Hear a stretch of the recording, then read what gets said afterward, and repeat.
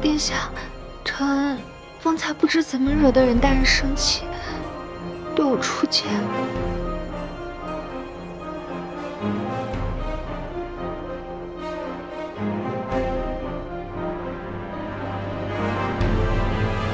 你误会了长安，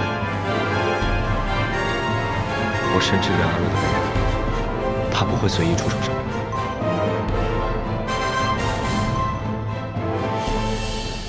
帝小姐如此惊惶无措的样子，哪还有半点太子妃的风采？既然不行的话，就早日打道回府吧。任安乐，帝承恩是我等了10年的太子妃。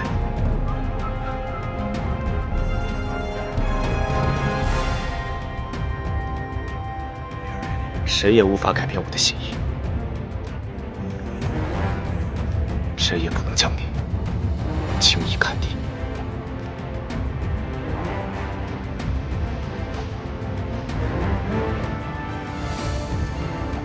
起立，站住。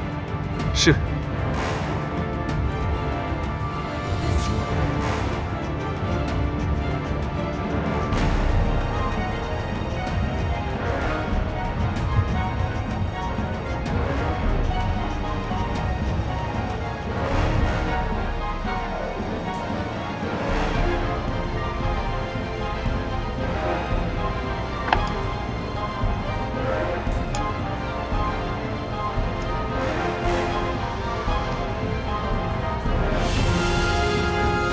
这簪子是你母亲留下的，你若是看中了谁，就当众戴在他的头上。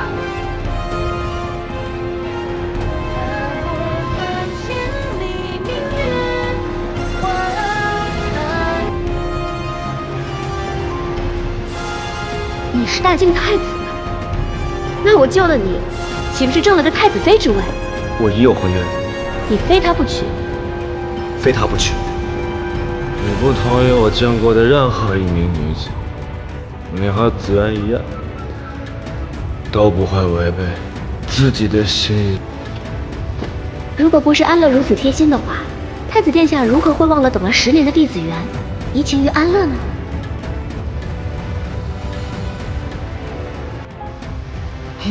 太子殿下，你害羞了？就算当不了太子妃，我也要在离你很近的地方，看看你的心究竟为谁而跳。子元，太祖有遗旨，封你为太子妃，太子妃之位只属于你。然而，我也会去弟子园，他不会把太子妃之位给天下任何一个女子。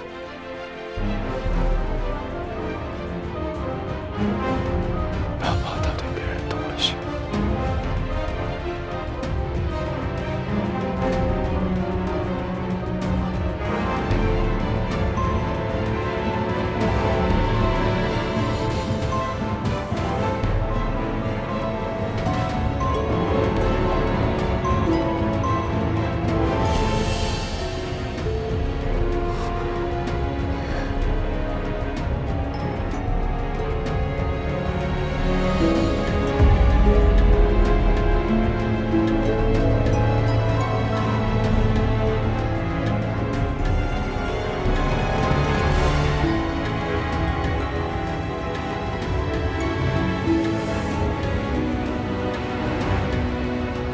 太子可还把本宫的话放在心上？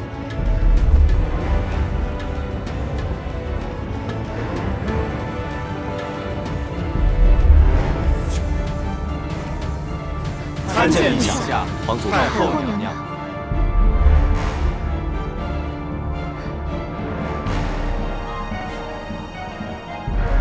臣记得皇祖母自幼教导，口言之，身必行之。臣作为大晋储君，当做表率。臣曾说过，太子妃之位非帝承恩不可。如今便是践行诺言的时刻。你倒是还记得自己是大晋储君，那可记得她是叛贼之女？替家之罪，与承恩无关。更何况他已经在岱山上被囚禁了10年，如今又遵循圣意改名承恩，皇祖母无论如何都不应该因当年之事迁怒于他。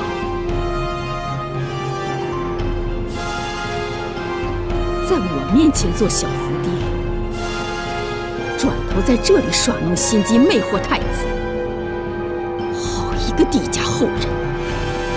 皇帝，还不快下令将这个狐媚赶出太子府！将太子妃之位许给承恩是我的意愿，也是先皇的遗诏。不知皇祖母为何要一直反对？竟然为了维护一个罪臣的后人，搬出先皇来诛哀家的心！皇帝，这就是你教出来的好太子？母后，您先消消气。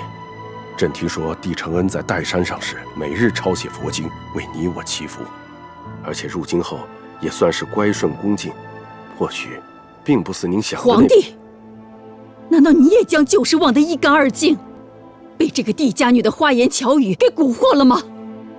朕只是觉得太子大了，在丽妃这件事情上，他有他自己的想法，我们作为长辈，不应当过多干涉。你。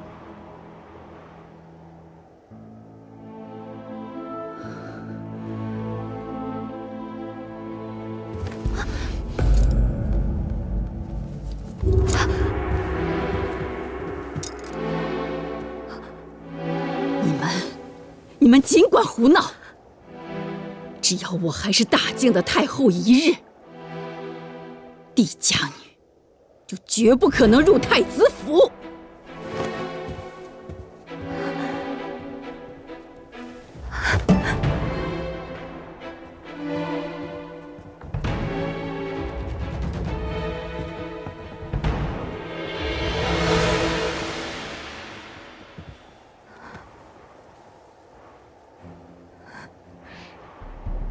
不管今夜有没有结果，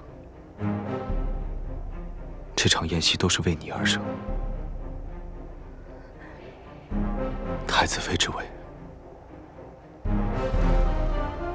永远都为你而留。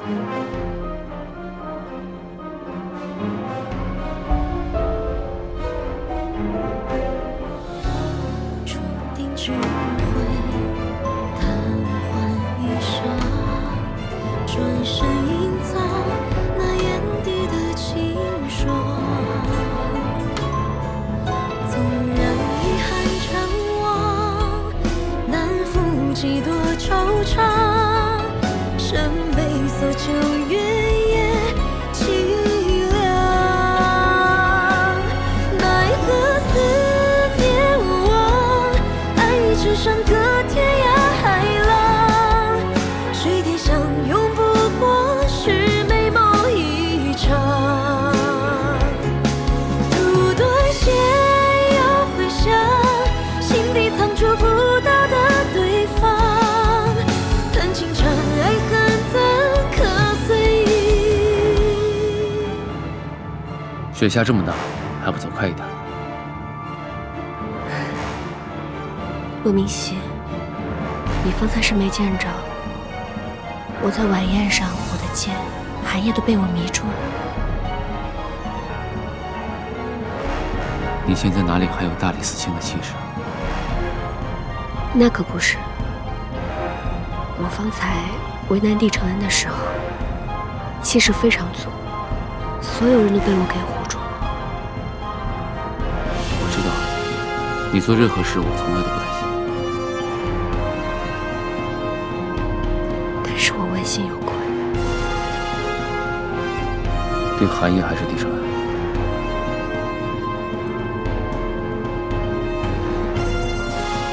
对九泉之下的父亲问心有愧。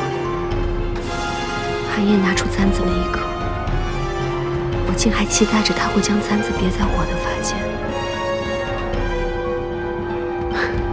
我到底在想什么呀？那可是韩家的簪子。子安，我相信侯爷在天之灵，他一定会理解你的苦楚。我想回侯府走一走。我陪你。不必了。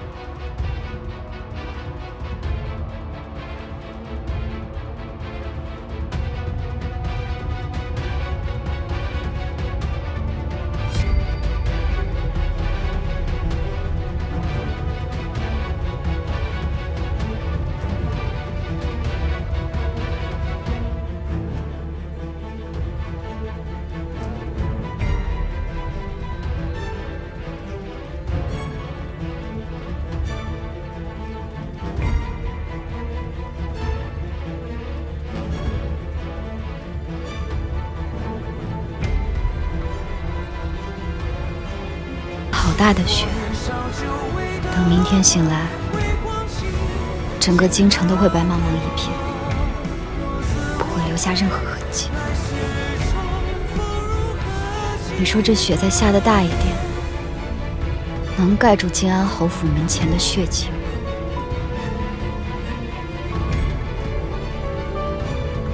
属下只知道，这雪要是再下去，将军就该病了。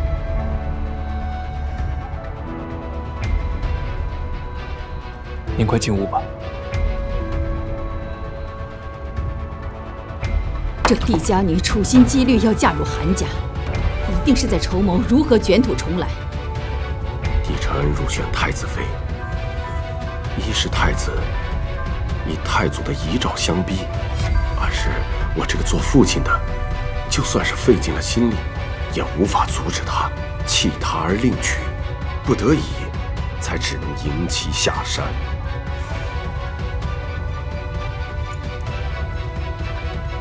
但是母亲您放心，倘若他别有用心，我就借这个机会让帝家彻底断后。不过如若他诚心归顺，他对我们来说大有好处。当年帝有您畏罪自尽，无法亲口向天下众人承认帝家的狼子野心，直到如今，帝家谋逆之事也无法完全堵住悠悠众口，所以儿子才将帝家孤女送往岱山，就是想让她彻底臣服于朕，让帝家彻底臣服于朕。帝承恩入主太子妃之位，对于太子来说是先帝遗训、君子之诺，但是对于儿子来说，那是驯服帝家的筹码，是秘而不宣的缘由。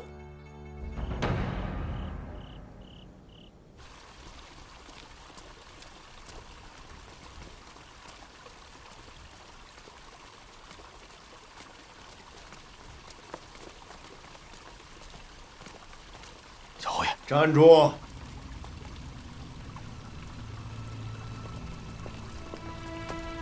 侯爷，天，你知不知道我费了多大的劲儿，才把你从流放西北换成了江南？你偷回来做什么？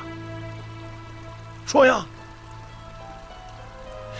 你是不是又闯祸了？没有，我真的没有，我就是想爹了。少来这一套！现在不说，东窗事发，没人救你。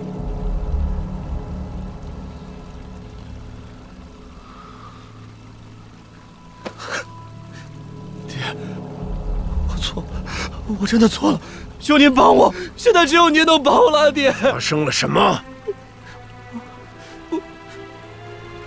你说。老爷，小侯爷到了江南以后，酒后奸杀了钟家的长女钟景，事后想要放火毁尸灭迹，没想到失手把钟家满门都烧死了。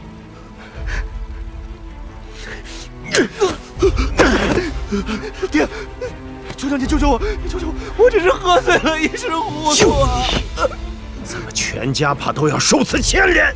老爷，你就饶了小侯爷吧。侯爷，如今瞒是瞒不过去了，不如替小侯爷找一个替罪羊。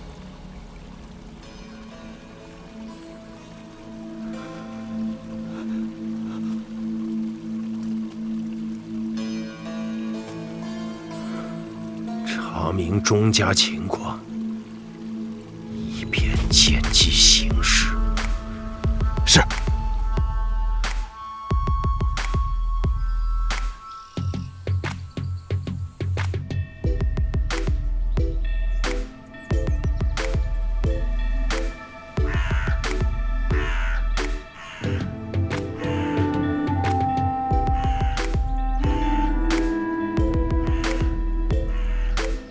父亲，我在靖南隐姓埋名，做了10年水匪，终于又能正大光明的来这里祭拜您。我回来了，可偌大一个地家，只有我站在这里。那葬身靖南山下的8万将士，10年来他们因为莫须有的罪名，孤魂至今，难回故土。当年父亲以死明志，依旧换不回一个公道。如今让我们蒙受不白之冤的人，却坦然坐在皇位上，安享万人俯首，坐拥万里江山。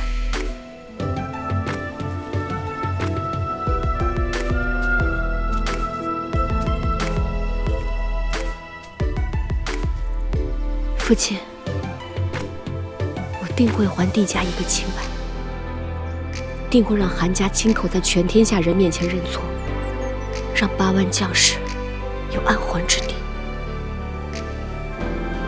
女儿心如磐石，不会为任何人动摇。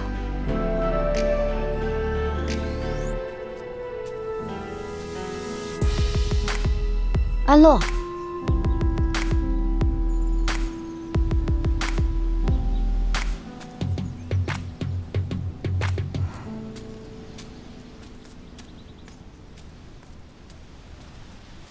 你怎么会在这里啊？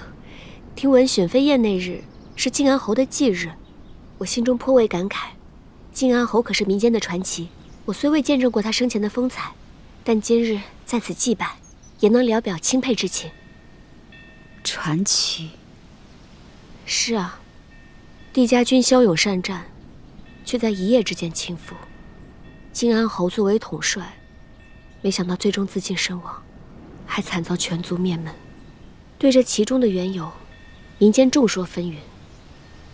我对这样的传奇最感兴趣了。英雄被迫以死明志，8万帝家将士埋骨黄沙，何其悲凉，何其惨烈！在后世却只得传奇2字寥寥概括，沦为众人茶余饭后的谈资。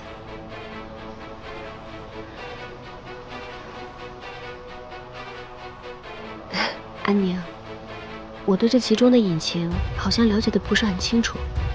不过既然你们都记得靖安侯，那他就没有真正的死去。不打扰你缅怀旧人了，我先走了，改日一起喝酒。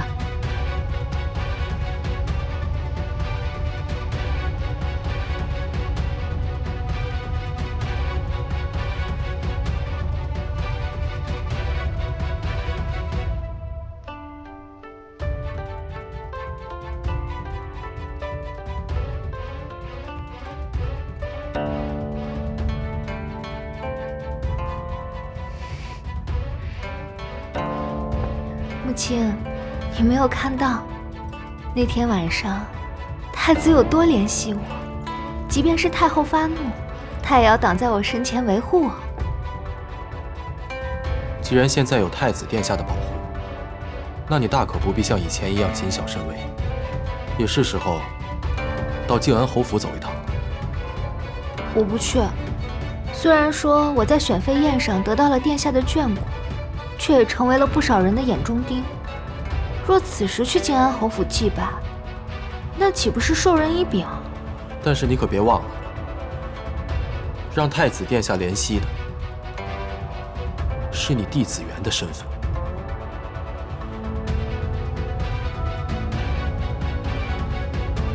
可是让太后和陛下所忌讳的，也是我弟子元的身份。若我现在去靖安侯府祭拜，一定会惹怒他们的。母亲，你没有看到昨晚太后的眼神有多可怕？若不是殿下挡在我面前，她怕是要当场杀了我。可殿下还说会在侯府等着你，你若不去的话，怕是会露出破绽。我不去。在太子眼中，我不过是为了自保，他会对我更为愧疚怜惜。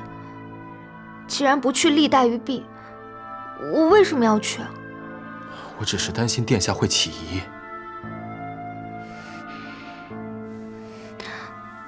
母亲，我知道你都是为了我着想，但是你没有看到昨晚太子殿下挡在我身前的眼神有多坚定。我相信他是不会放弃我的。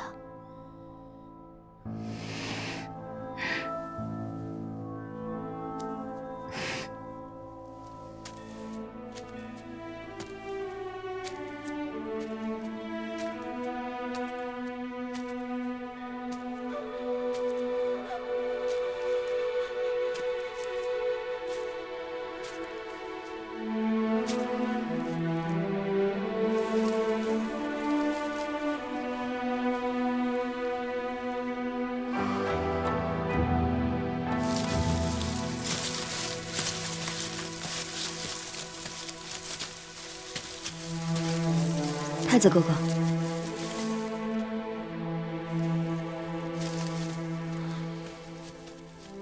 靖安侯府破败萧条多年，终归不是我一时便能清扫干净的。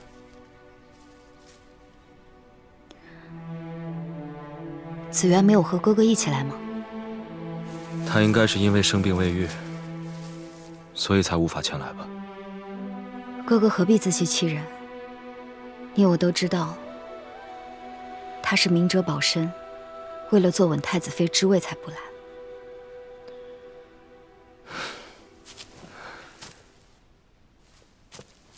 安宁，你不要怪他。皇祖母之前如此对他，他不来，也是人之常情。我没有怪他，我是怨恨我自己。更替靖安侯和整个帝家军感到悲凉。这样一位顶天立地的英雄，甚至得不到自己亲生女儿的一壶清酒祭拜。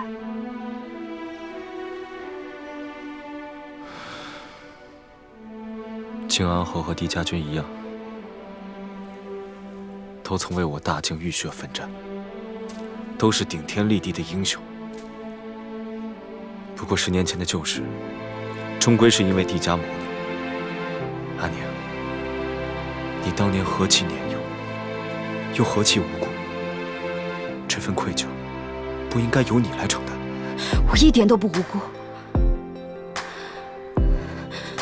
最无辜的是子元。若是没有10年前的那场悲剧，子元也不会变成今日的承恩，来见自己生父一面都不敢。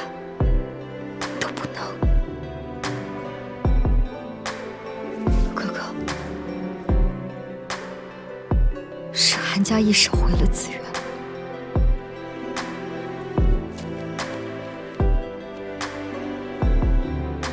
，10年的代山囚禁，如今在他身上，竟不见半分的当年模样。我也很想念昔年的子元。是啊，我也很想念。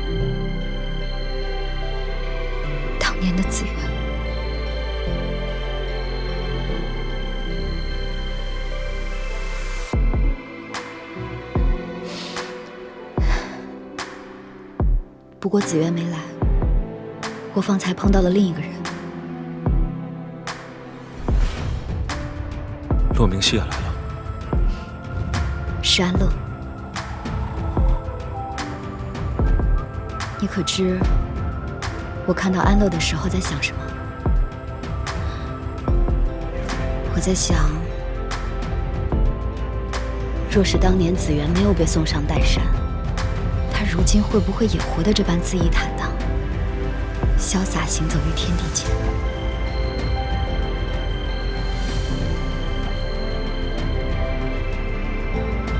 任安乐。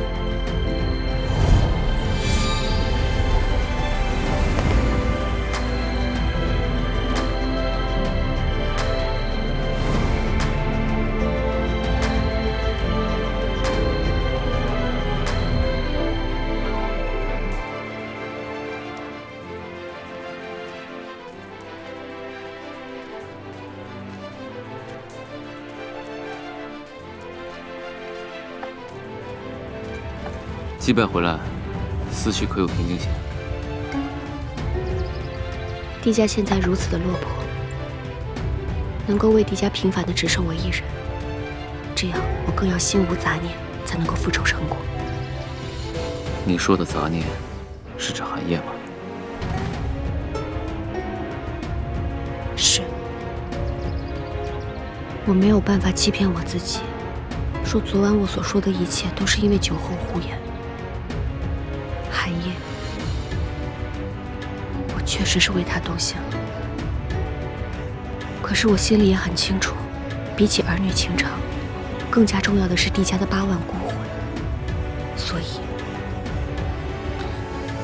我不会再让自己在这段感情当中沉溺下去了。不管是真情还是假意，我要做回我自己。紫渊，在我面前，你永远可以做最真实的自己。在扮演任安乐的这些年，只有在你面前，我才最轻松、最自在。我去祭拜的时候，安宁也来了。安宁，你没露出破绽吧？安宁从前最是单纯率真，可是久别重逢，不知是怎么了，总感觉她好像有些敏感。此事我会去查，不过仅凭祭拜，他也难以联想到你的身份。还有一事，钟家灭门案和古云年有关。这阵子古云年表面低调，但暗地里却在搜寻一个叫做钟海的人。钟海，是他？没错，他就是我们一直找寻的帝家军幸存者。千月阁已经查明，他此前流落江南，又因水患走投无路，是钟家收留了他。他对钟家忠心耿耿，更可能是钟家灭门案唯一的证人。古云年想必正是因此而杀人灭口。钟海会成为我们扳倒古云年的关键。那我们一定要赶在古云年之前找到他。但若是他仍在江南，怕我们赶不及。眼下，我倒有个办法。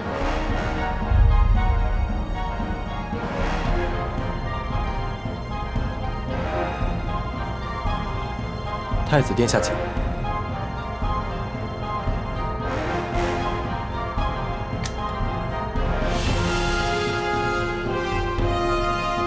殿下，脸色不错，看起来身子都恢复了。小小风寒，有劳殿下挂念了。今早起来便无碍了。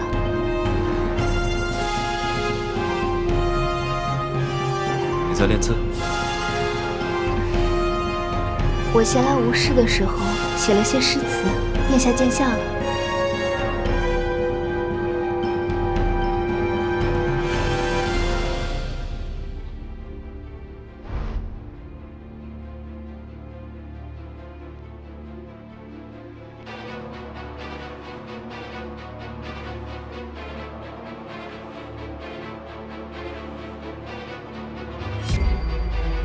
他的字和小时候一样。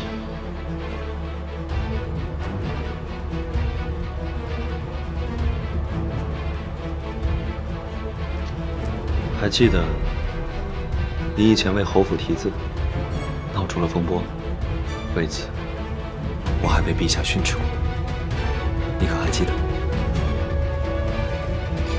那时我只有8岁，许多事情已经记不太清楚了。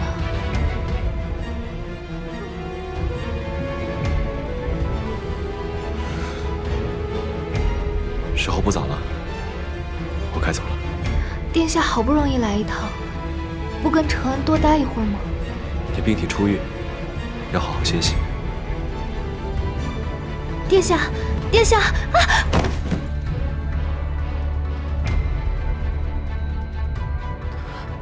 你没事吧？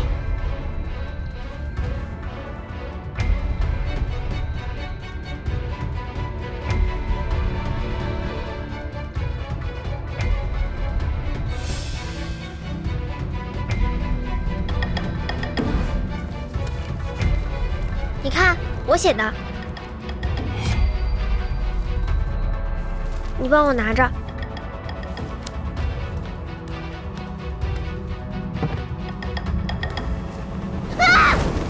子源，来，快让我看看。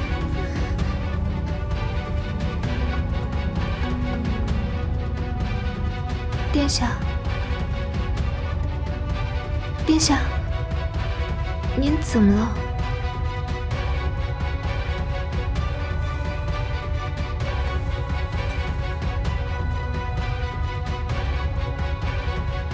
殿下。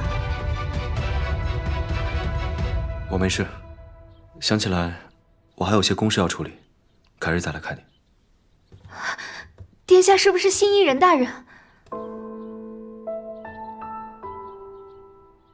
若殿下觉得有负于任大人，将来可以迎他入太子府。你想多了。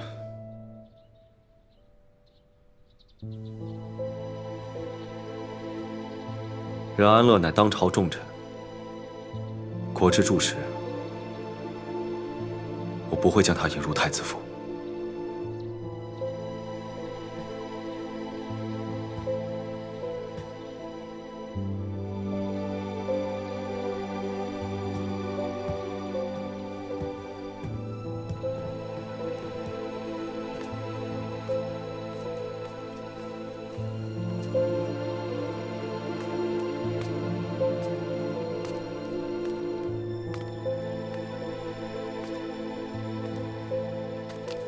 殿下，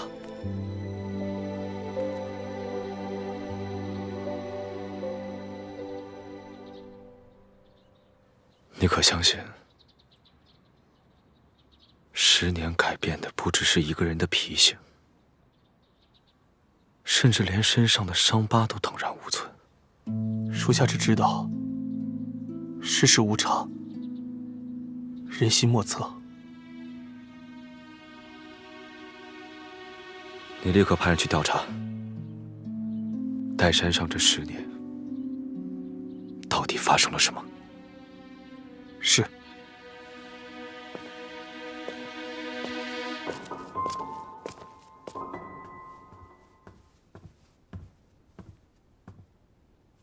殿下已经走远了。母亲，我刚才是不是露出什么破绽了？殿下的眼神刚才分明有意，是不是我不记得以前的事情，让他起疑了？谁能对10年前的事情记忆分毫不差呢？殿下会体谅你的。韩烨，能回来守约的人只有我。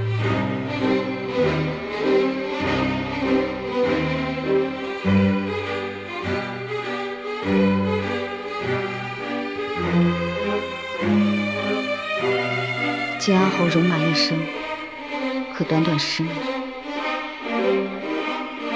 却已无人记得。我怕我离开西北太久了，也会和他们一样，渐渐的遗忘。可是英雄，即便是死了，他们还是英雄。属下会跟将军一样，永远记住他们。只要我们不忘记，他们便不算真正的死去。你竟和安乐说了一样的话。你相信帝家没有叛国？他们是清白的吗？帝家若非忠义之士，又怎会让将军10年都念念不忘？文本，这10年，我的心就像压了一块巨石一样，没有人可以倾诉。没想到，你竟能理解我。将军的心事，随时可以跟我说。您先去歇息一会儿吧，整理文书的事情就交给属下来做。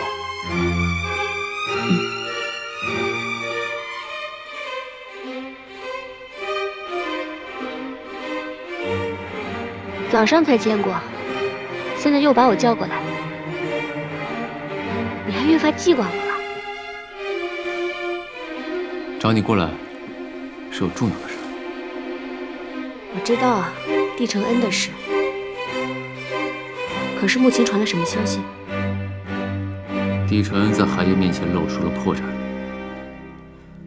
你还记得当年你在归恩阁题字时发生了何事？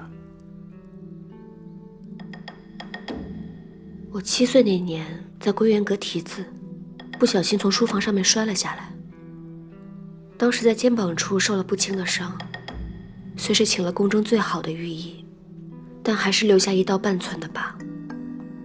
韩仲远狠狠地训斥了韩烨，为此韩烨还在侯府照顾了我整整10天。如此说来，应该是韩烨发现了帝承恩身上没有这道疤。10年都过去了，再深的疤也会变淡，连我自己都有点不太记得。没想到他还记得很清楚。就算他记得也无妨。你既已决定和他保持距离，只要不过分靠近，他断不会发现。不错，帝承恩那边也无需刻意弥补。现在让他多1道疤，也不过是此地无银300两，引人注目罢了。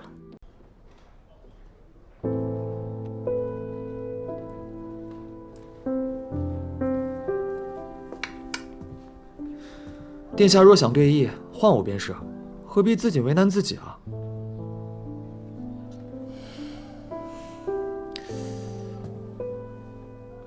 眼下这黑白子势同水火，很难分出哪一方更有优势啊。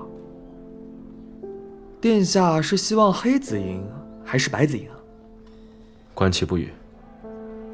殿下，您是在想安乐姐和帝小姐，对吧？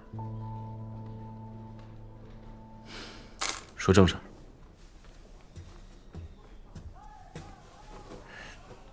殿下，你可还记得太子妃宴会上那个迟迟未到的钟景吗？前几日钟家起火，钟氏上下10几口人尽数葬身于火海。怎会如此？世事难料，听闻是一名叫做钟海的家仆纵的火。近日抓捕钟海的告示都快马加鞭，一层层发到县里去了。江南多雨，如今正值寒冬，这火起的诡异，或许另有隐情。是什么人？一口咬定是他。帝承恩的破绽，便由我们尽力帮他掩护。他为我受了10年囚禁的苦，又生生吞下了被太后为难的屈辱。他想要的富贵，我应当帮他争取到才是。旁人做的决定，何须你来负责？他也不过是一个身世孤苦的可怜人，我不能因为自己的复仇计划就牺牲掉别人的一生。眼下最要紧的便是要找到钟海，否则帝承恩一旦暴露，我们之前的一切准备就付诸东流了。你放心，你这一步棋，应该很快就可以奏效了。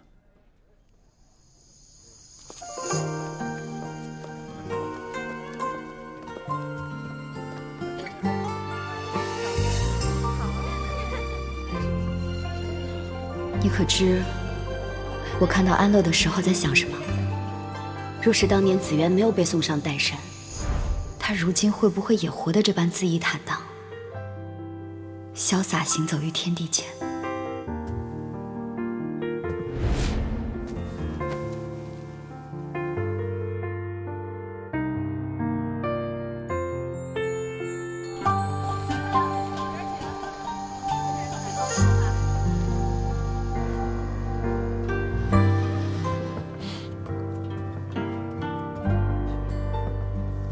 骆大人，中海之事就拜托你了。放心吧，交给我。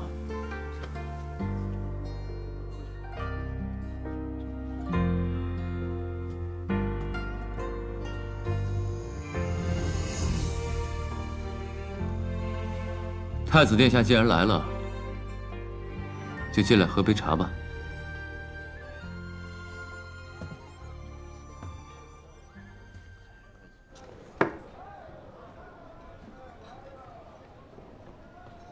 这暖炉显然不是为我而备的。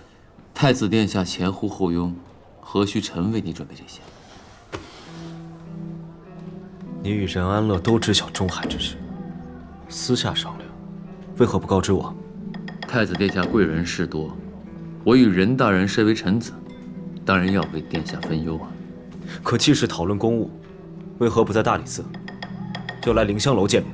我查的此事与钟义侯有关，钟家的幸存者钟义侯也在追捕，我倒要问问太子殿下，你如此咄咄逼人，到底是为了钟家的事儿，还是为了任安乐与我私下见面之事？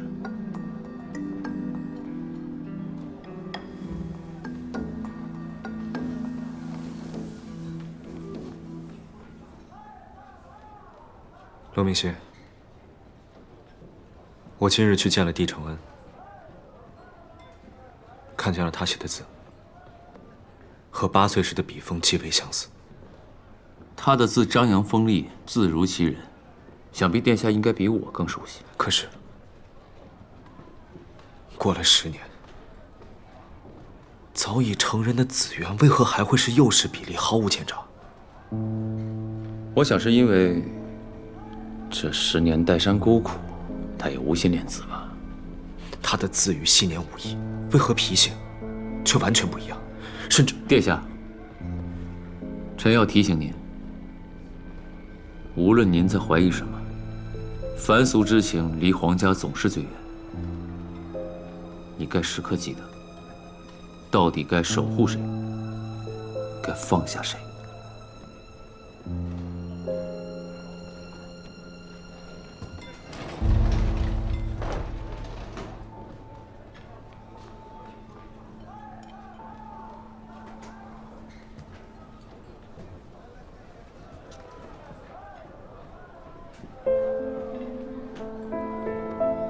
如果10年改变的不只是脾性，而是那个人，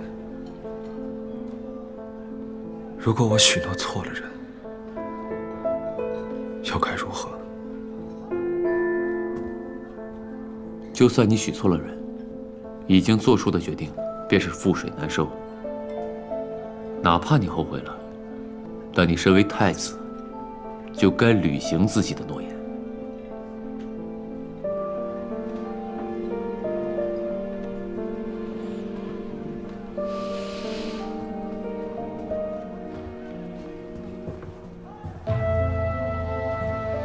时不待我，必须让安宁尽快说出当年的真相。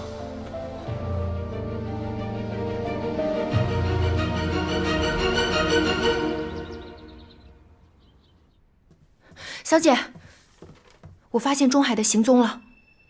哦，他竟比我想象中来的还要快。不过他藏匿功夫了得，我没跟住，把我给甩开了。说来，小姐，你为什么这么肯定钟海会来京城啊？你明明让骆大人往各乡县张贴了抓捕榜文，我本以为他会吓得躲在山窝窝里呢。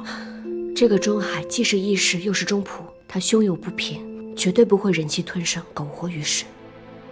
先前的榜文有通缉而无悬赏，公开贴出去，一来是要提醒他以被盯上要谨慎行事，二来，故意画作他的画像，写作他的口音，反而令他更好藏匿。三来就是榜文是大理寺联署，如今大理寺清正之名遍天下，我想他自会明白，来京城才是他真正的出路。原来如此，可京城也很大，接下来我们该怎么办？他一路颠沛流离，此时必然会混在最落魄的街巷中隐蔽行踪。接下来，院叔你一定要多加留意。是。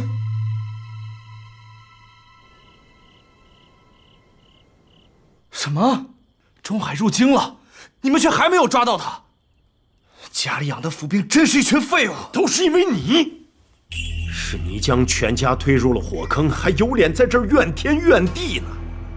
侯爷，钟海此次来京城，怕是冲着鸣冤来的。若是这事儿闹大了，大理寺和刑部正等着我往坑里跳呢。都给我出动，务必找出钟海。是。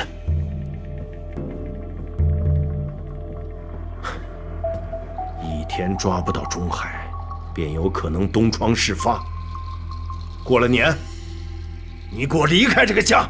哎，爹，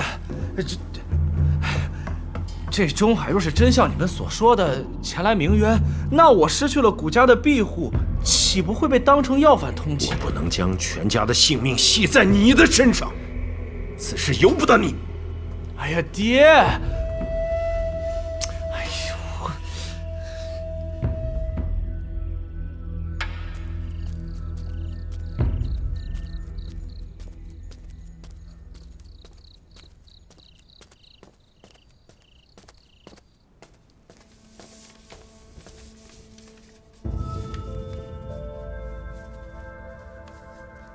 母亲，我在。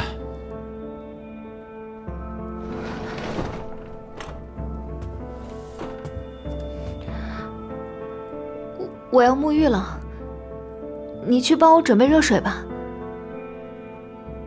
好。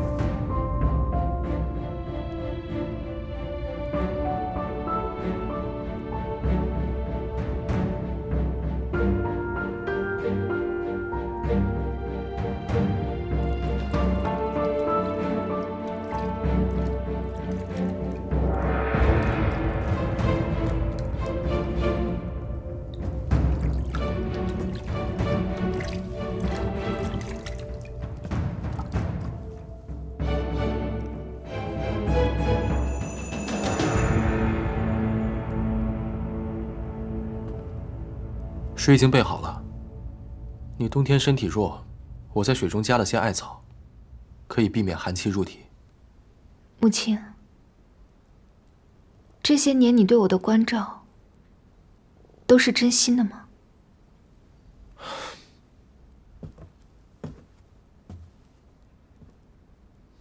我一直陪在你的身边，对你的心意是真是假，你心里自有定论。我只相信我看到的。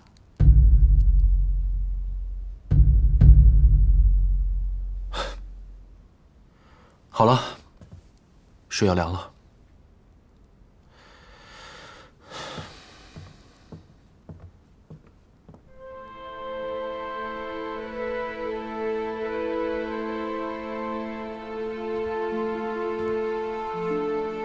即使我生病了，不是还有你照顾我吗？但这选妃宴一旦踏了进去，便是凶多吉少。病成这样，还是不要去了。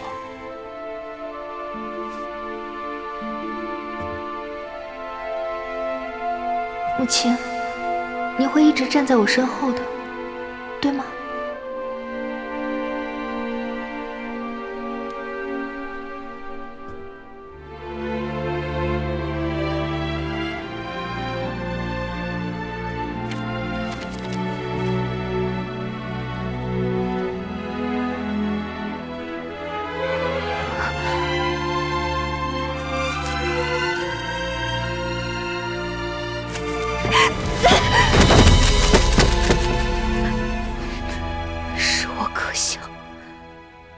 居然想驯服一条对别人摇尾的狗。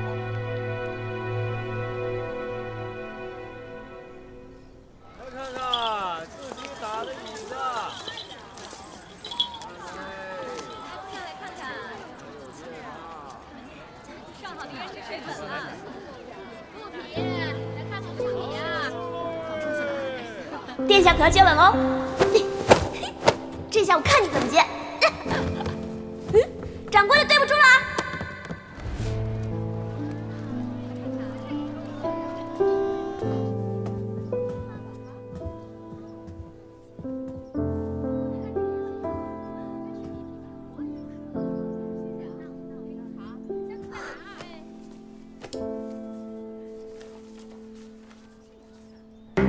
殿下，这本书我要了。为人大人，实在不好意思，这本书已经被人预定了。是谁啊？眼光这么好，这本书我都寻了好久。这本书你也寻了很久。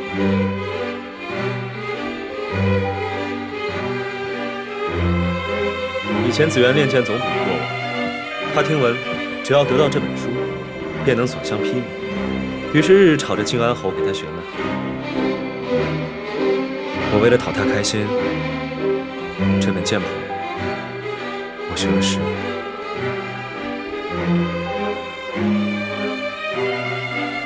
所以是殿下定下了这本书，要赠予帝小姐。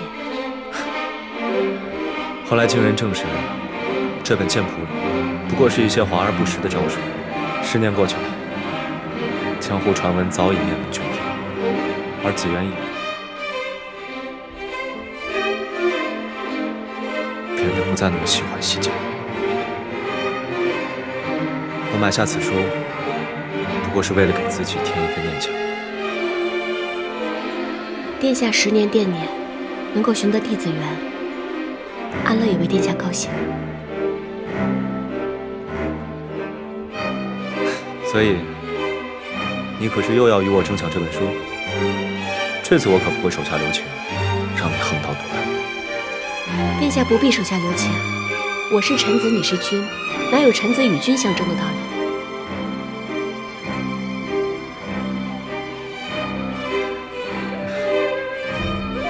你若喜欢，我便将它送给你，全当是你陪我下江南的赠礼。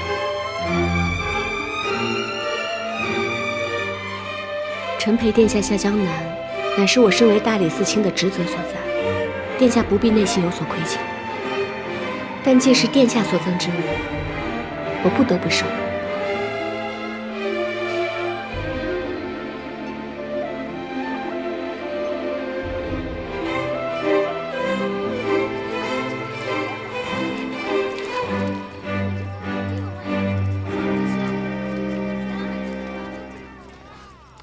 殿下这样一直跟着我，可是因为舍不得。殿下既然都已经许下诺言，就不该反悔才是。那是自然。既然殿下送了我一本书，那我也应该回赠一本，以表心意。小姐，买一本吗？就这本吧。喏。好。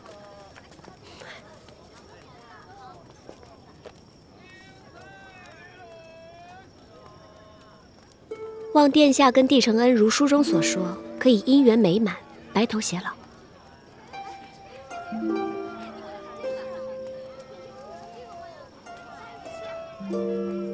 冉安乐，你真的很像我的一位故人。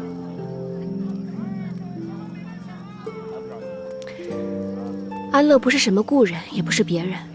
我很早就跟殿下说过，我只是天上地下只得一个的人安乐。我知道，许是因为我的故人如今太过陌生，所以才会常常生出错觉。世上本无事，庸人自扰之。我已经决定以后在殿下面前不再做这个庸人，而且太子妃之位我已经不在乎了，望殿下可以不要怀悼过去。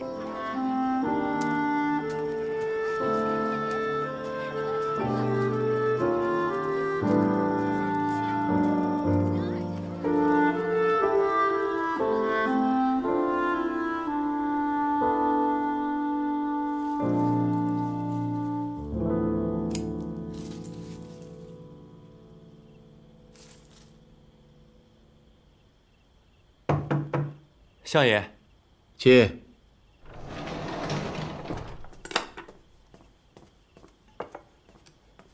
相爷，帝小姐在门前放了一把红伞。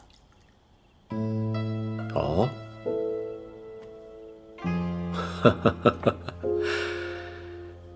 这浇灌多年的花儿，终于要盛开了。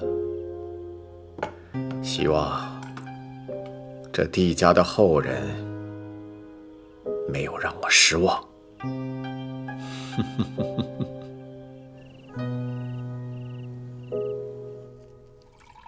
我听说公主刚回宫的时候，总被贵妃娘娘欺辱。可谁能想到，当年那个柔弱胆怯的小女孩，如今却变成了戍守边境的大将军。我母妃早亡，幼年无人照拂，宫里人大多趋炎附势。贵妃横行霸道，却无人敢为我出头。直到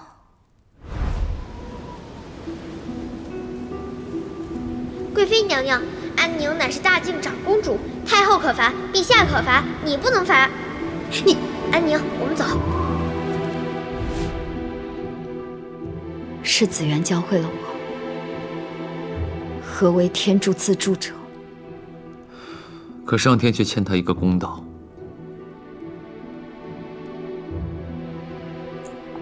帝家宗祠，那些暗红带血的地砖，历经10年都未被清洗干净。帝家132口人，只剩紫渊一人了。是韩家毁了他的一生，是我对不住他。不过还好，他现在稳坐太子妃之位，也算是苦尽甘来。可我不明白的是，公主为何强烈反对他入宫？难道你是知道宫里有人要害他？宫中没有人要害他，是皇祖母不喜欢他。我是怕他进宫会被为难。帝家谋反，证据确凿，你身为韩氏的儿女，对他不怨恨，反倒深感怜悯。因为我相信金安侯的为人，他不会谋反。但人心叵测，金安侯作为帝室后人，当年不忿韩家独享万里江山，便私自调遣8万帝家军擅离荆南，又与北秦勾结，一语谋反。你当时还小，怎会懂得天下的纷争？况且，你只见过他几面，又怎么确定他不会谋反？金安侯已死正清白，他为人光明磊落，又与陛下自幼交好，是断然不会擅自调兵的，除非……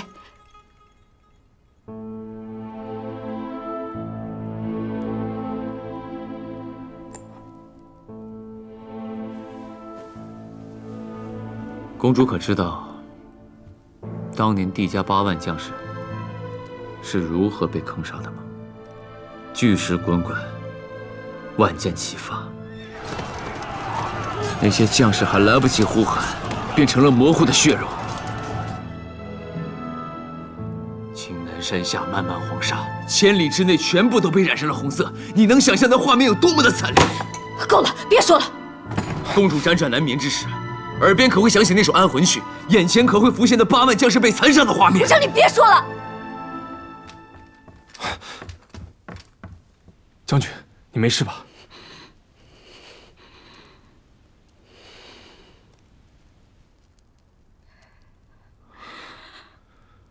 我没事，下去吧。是。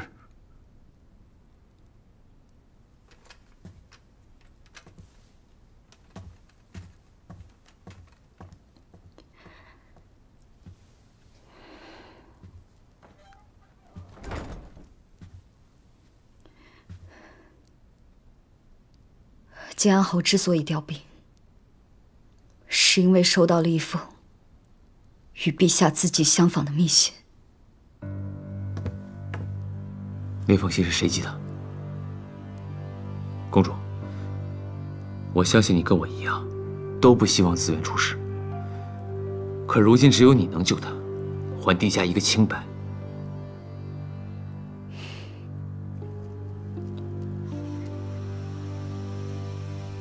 你是想让我站出来，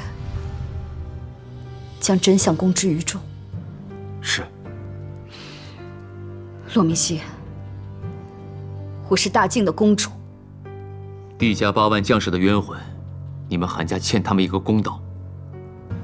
难道你希望紫渊跟你的老奴两喜一半，不知何年何月，莫名其妙的就在宫中变成了一具冰冷的尸体？够了！我会保护他。公主，现在够了！冷北，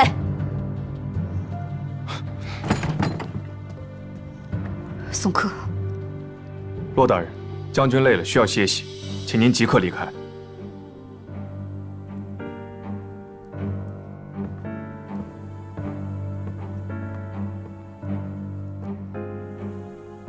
公主，刚才我说的话，希望你认真考虑一下。只要你愿意，帝家8万将士的冤魂就会得以安息，紫渊的下半生也会平安喜乐。告辞。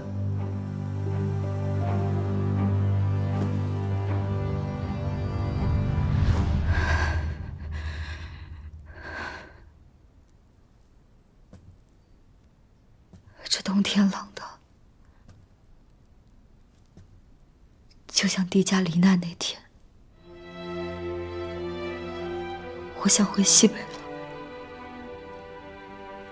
畅快杀敌，战死疆场，总好过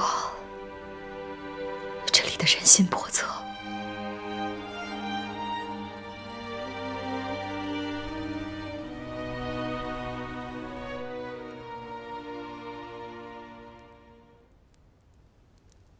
殿下，哎，殿下总教导我读书要专注，可自己坐在案桌前，心呢，好像都跑到安乐姐那儿去了吧？黄的，给我！殿下，您就不能遵循本心，好好活一次吗？快给我！给你。可惜啊，木已成舟，宫里除夕要办家宴，盛情邀请，帝承恩赴宴。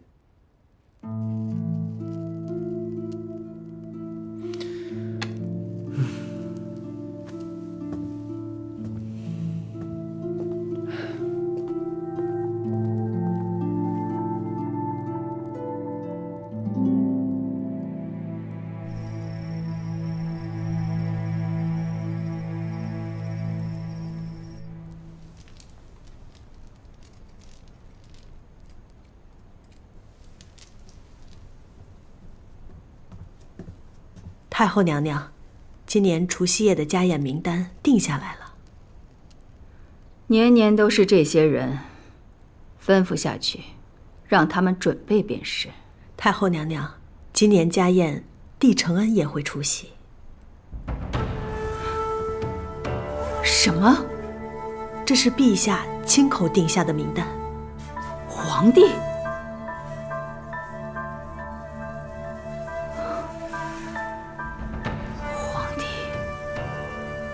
无论你如何谋划，哀家都可以配合。唯独这件事，你触碰了哀家的底线。韩家的家宴，绝不可以出现帝家人。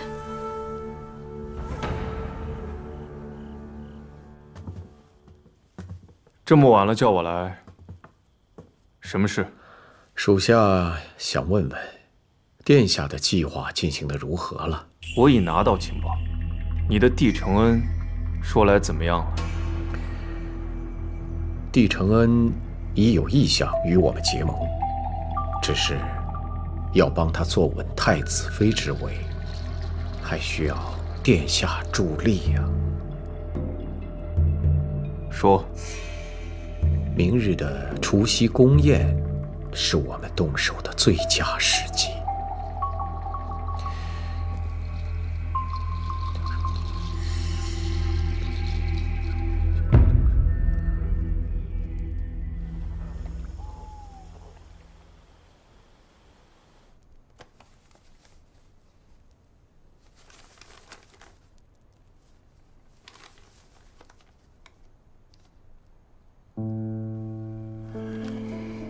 这太子一意孤行，太后要对帝承恩赶尽杀绝了。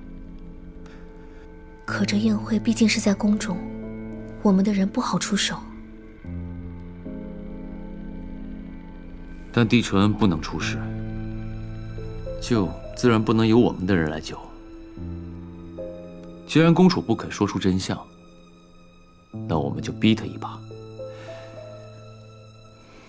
这个消息让安宁知道。是。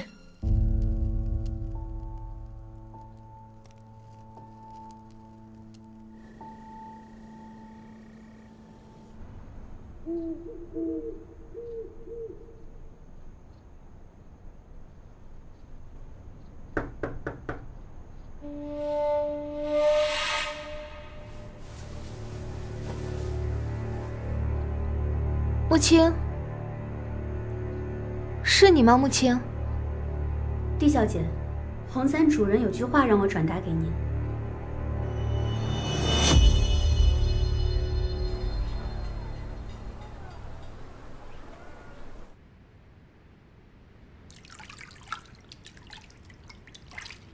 水温刚刚好，穆青，多谢你了。我认为除夕宴还是不去为好。我自己的事情，我心里有数。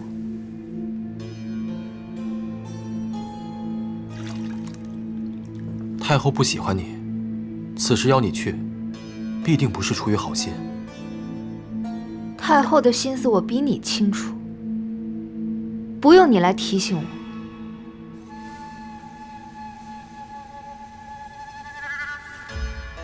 我要沐浴了。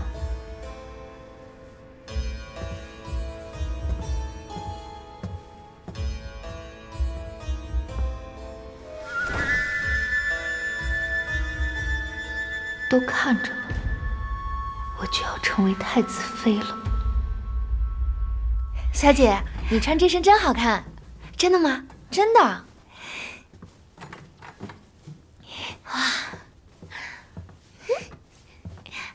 好了，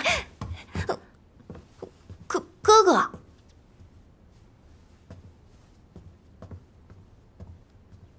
同样是公主，动不动就大呼小叫，给我们北秦丢人。还不是哥哥，有事没事便跑来吓唬我。是，我胆小，我怕事，我当然是比不上哥哥守护的安宁公主啦。啊！今天晚上的宫宴，不许去。为什么？我都已经不想当太子妃了，难道我去凑个热闹也不行吗？你可是答应过哥哥，会听我的话的。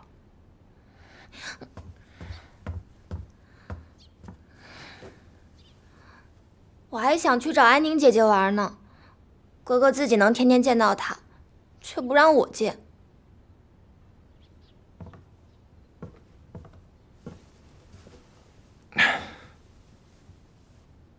你知道吗？很多事情不像你想的那么简单。这看似好玩的宫宴，可能却危机四伏。哥哥只是不想让你受伤，你明白吗？那我不去了，哥哥。唉，我听说那宫宴上好吃的糕点特别多，真是可惜了。你放心，哥哥下次来啊，给你带。哥哥，你在安宁公主身边虽然相处的和睦，但有危险的时候，你一定要好好照顾好自己。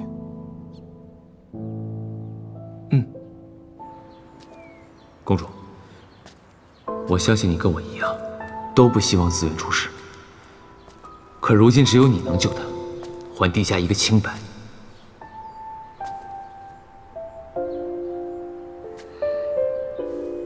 子渊，对不起，我做不到。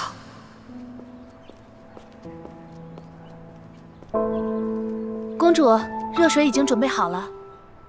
我知道了。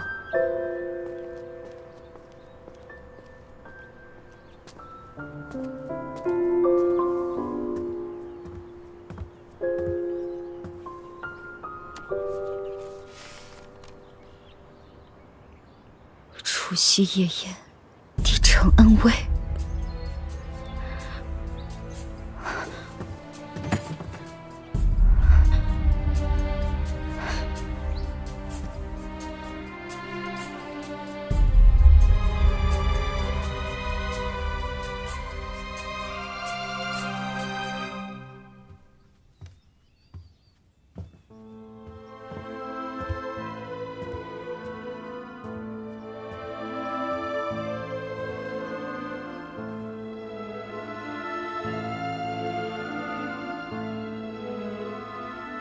你今天真漂亮。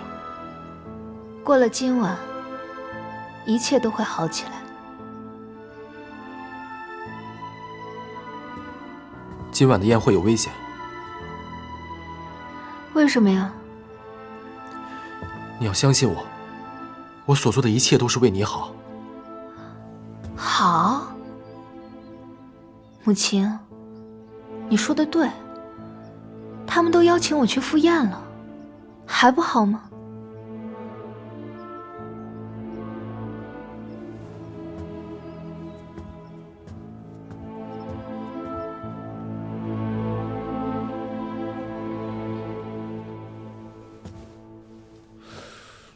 钟义侯在找钟海，是，已经找了许久了，据说跟他府上的公子有关。你暗中跟着侯府的人见机行事。钟义侯想杀钟海灭口，那我们得帮他呀，做得彻底一点。是，相爷英明。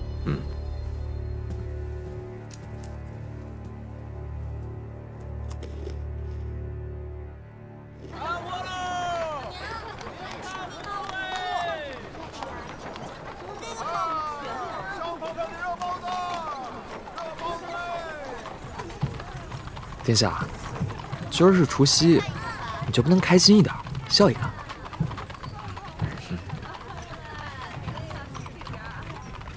你这笑，还不如不笑。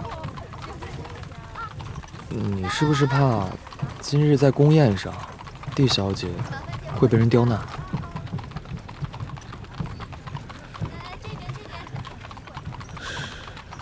今时不同往日，不会有人出这个眉头。那可未必啊。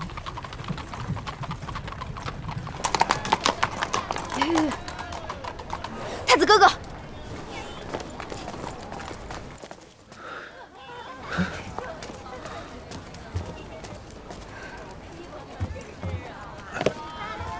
怎么了？这么慌张？我接到密报，紫渊有危险。宴上皇亲贵戚众多，皇祖母不会太过于为难他，你放心吧。皇祖母视他为眼中钉肉中刺，怎么可能其乐融融？咱们快进宫吧，紫渊需要我们。好，走，即刻进宫。哎，上马。哦。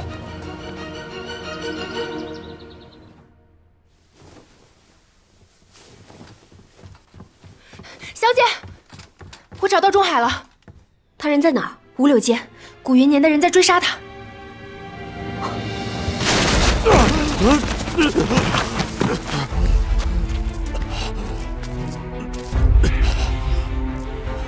你们到底是何人？上！让开！这儿！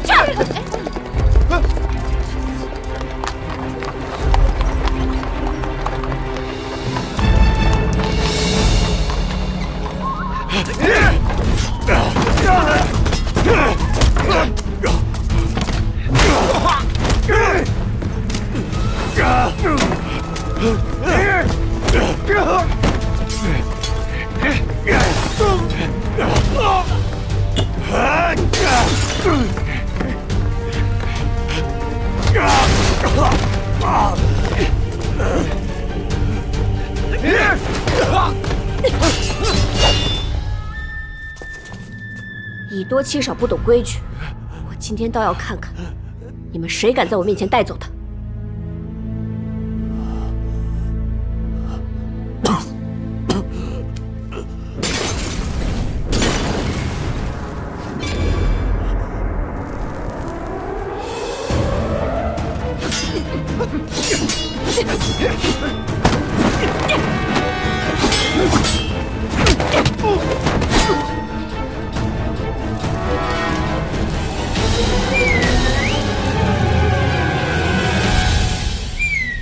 走走。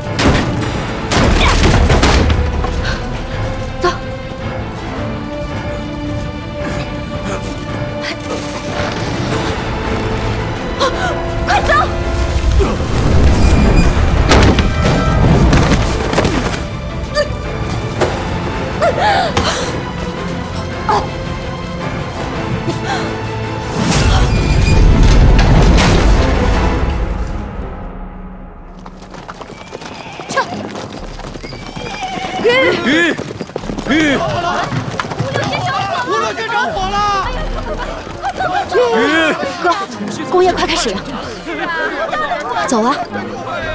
撤！撤！不是大人刚才冲进去了！怎会如此？如此危险，他怎可独自贸然前去？不要命了吗？安宁，你先入宫。殿下，注意安全，一定要救出安乐。现在只有我能救子源了。撤！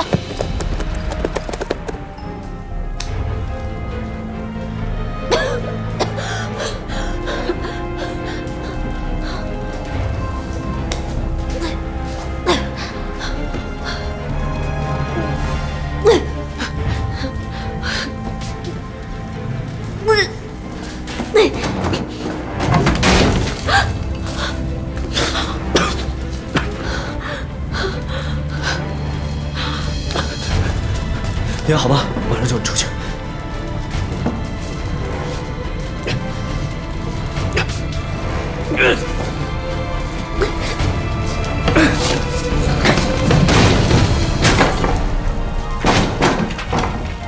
出去，我们被困住了。说什么丧气话？先看看你伤势，再做他解。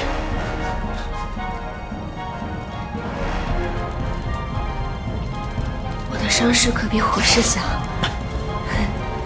你怎么还有心情说笑？你的心和身体都不是肉长的吗？这不是有太子殿下挡着吗？若我晚来一步，你可怎么办？你究竟要让人操多少心才能罢休？殿下若是不想操心，不来便是。反正我也不过是区区一个臣子。不是区区臣子，对我而言，你是天上地下独一个的人安乐。